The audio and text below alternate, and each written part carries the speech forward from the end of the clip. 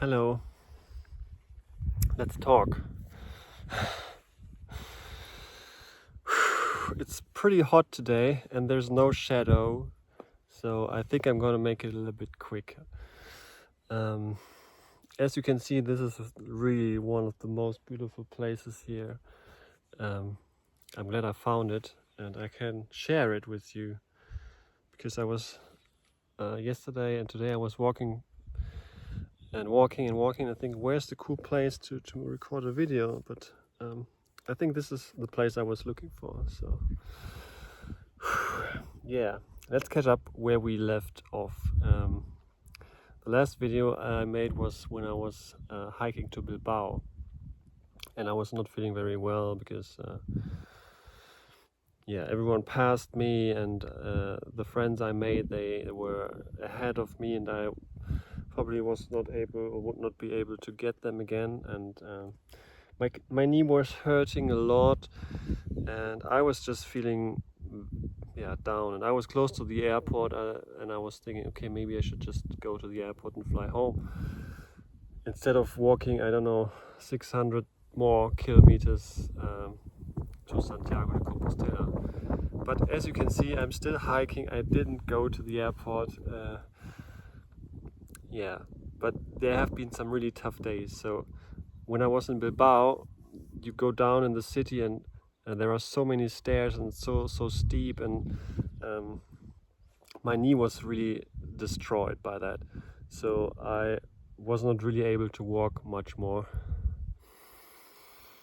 So I had some food there in the city, and it was so crowded because there was a football match, two English teams against each other in UEFA final. So the whole city was locked down basically, and there were definitely more English people than Spanish ones on the street. So I had some food, and I was still feeling okay because I thought maybe it's windy. I just blocked the microphone, otherwise you won't hear anything. So I thought, okay, it's maybe 5 or 7 kilometers to the Burgos or to the hostel that I wanted to stay in. But yeah, maybe. So I kept on walking. I was sitting there anymore when I got the message that this hostel is not open yet because it opens in June and we still have May. So I was pretty fucked up because I knew that there was no free bed in Bilbao because of the football game. And I had a look at booking.com, and they said I think the cheapest hotel room was 1,600, and you could get a room in a hostel for 200 to share a room with 20 other people or 19 other people. And I was not so keen on that because the 19 other people, they would have been drunk football fans, so I wouldn't have got any sleep anyway. So I was pretty desperate. Didn't know what to do. So another pilgrim, she was also in Bilbao. We started together that morning. She said, "Oh, Toby, what's going on? I don't know where to go and I'm lost. Let's meet up and find or make plans together." So we did that, and she was way more anxious and lost than I was. So I really had to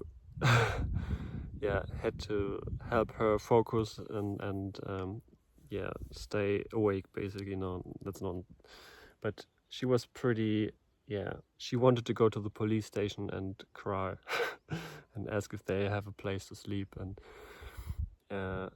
so we made it to the bus station, trying to get out of the city to find a place to sleep. Unfortunately, all the roads were closed, so there was no line really operating in the city where we were. So, and there was no one able to tell us which bus station is still in operation or which lines. So we just walked out of the center so far to find a metro station that was in operation. Got the train from there a little bit out of the city. Got a bus from there close to the next hostel that another friend told me that there would be still 8 free beds. Unfortunately, 5 minutes before we arrived there, we got the message that the hostel is full. So because everyone had the same idea, and yeah, so it was getting cold and dark and a little bit rainy, and we were just tired and exhausted and hungry. So we really wanted to get somewhere to have a rest, have a bed, have some food, but it was not so easy.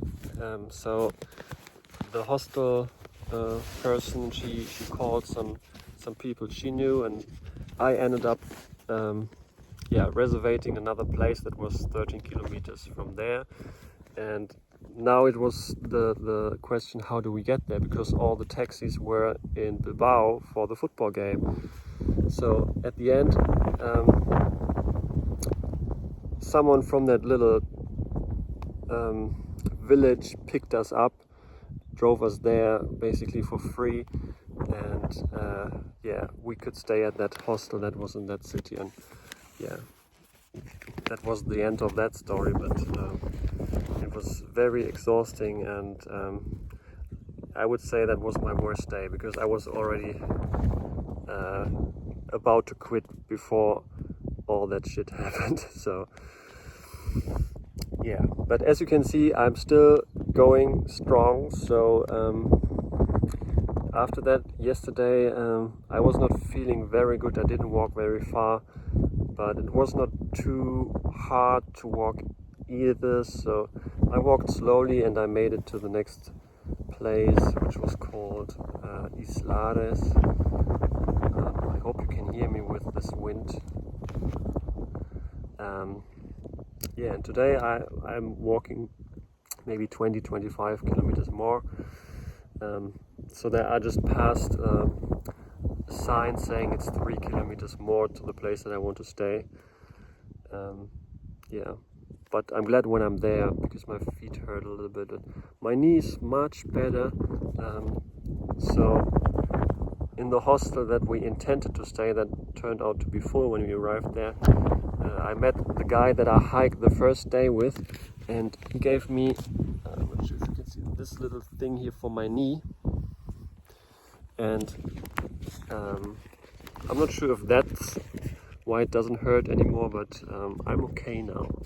There are other things that start to hurt now, but I think that's just the way it is. And yeah, the weather is really nice today, which is good. And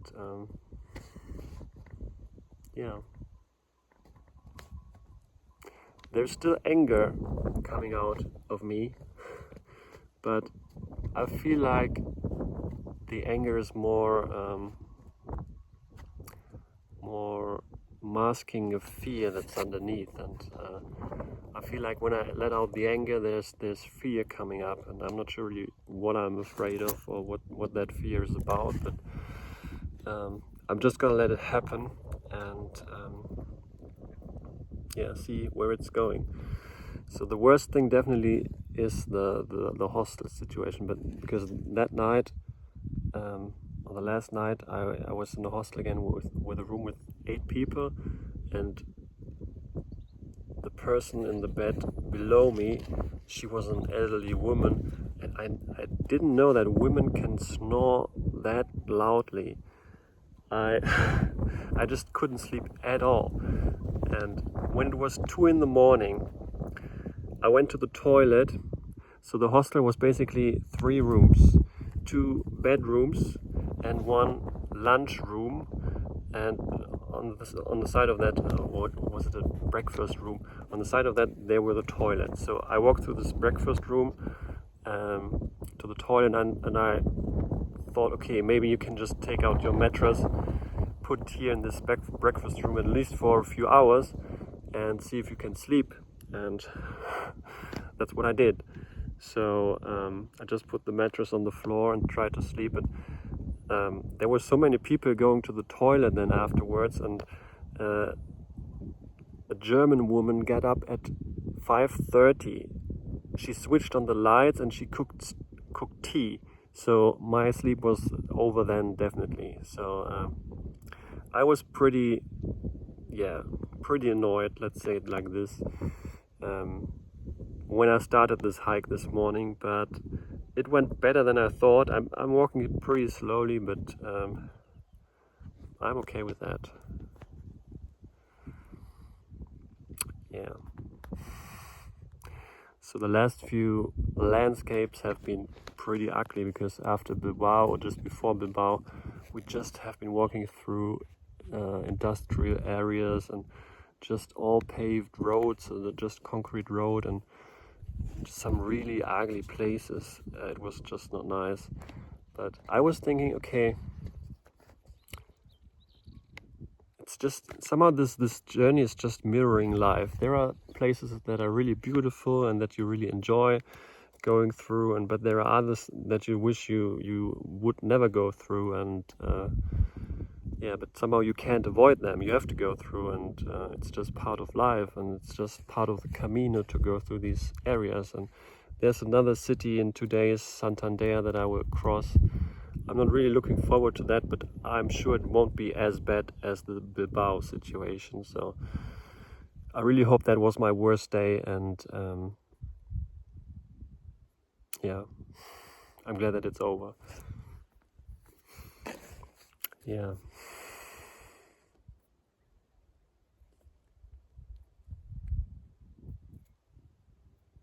I think that's all I have to share right now.